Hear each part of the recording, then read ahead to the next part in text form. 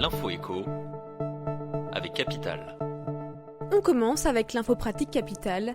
Le gouvernement a décidé de s'attaquer au problème des pensions alimentaires impayées. Chaque année, près de 30% des pensions alimentaires sont payées en retard, voire non versées. Pour sécuriser leur versement, un nouveau dispositif va être mis en place à partir de juin 2020. Ce service public de versement des pensions alimentaires permettra aux parents de demander à la Caisse d'allocation familiale de s'occuper du prélèvement et du versement des pensions. Le gouvernement espère que 100 000 personnes utiliseront ce service dès l'année prochaine. Les détails de cette mesure sont à lire sur capital.fr. Le chiffre du jour, 54 000 €, c'est la somme que Yannick Noah aurait reçue de la part de France Télévisions. Selon le Canard enchaîné du 18 septembre, France 3 a en effet été contraint de passer un accord financier avec le chanteur afin de baptiser Noah, sa chaîne régionale lancée en septembre 2018.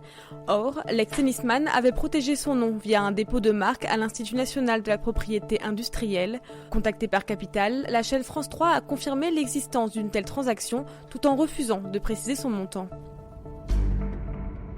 Le coup de gueule sur la fiscalité des donations va-t-il enfin être entendu par le gouvernement, qui n'aimerait pas donner plus d'argent à ses enfants sans avoir à payer de lourds droits de mutation?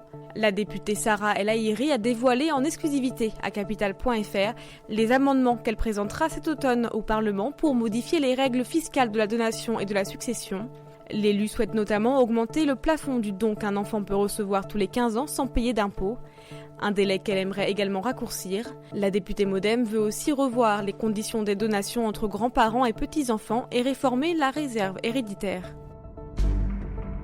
On termine avec Volkswagen qui a décidé de casser le prix de sa e-Golf. Avec l'arrivée imminente de l'ID3, la nouvelle voiture électrique de Volkswagen, la e-Golf devient trop vieille. Pour liquider les stocks, le constructeur a pris la décision de baisser considérablement son prix. Ainsi, la e-Golf va passer de 36 490 à 27 950 €, soit une baisse de 8 540 €.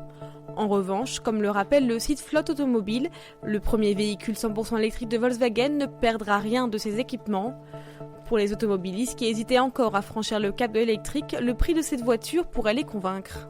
C'était l'info écho avec Capital.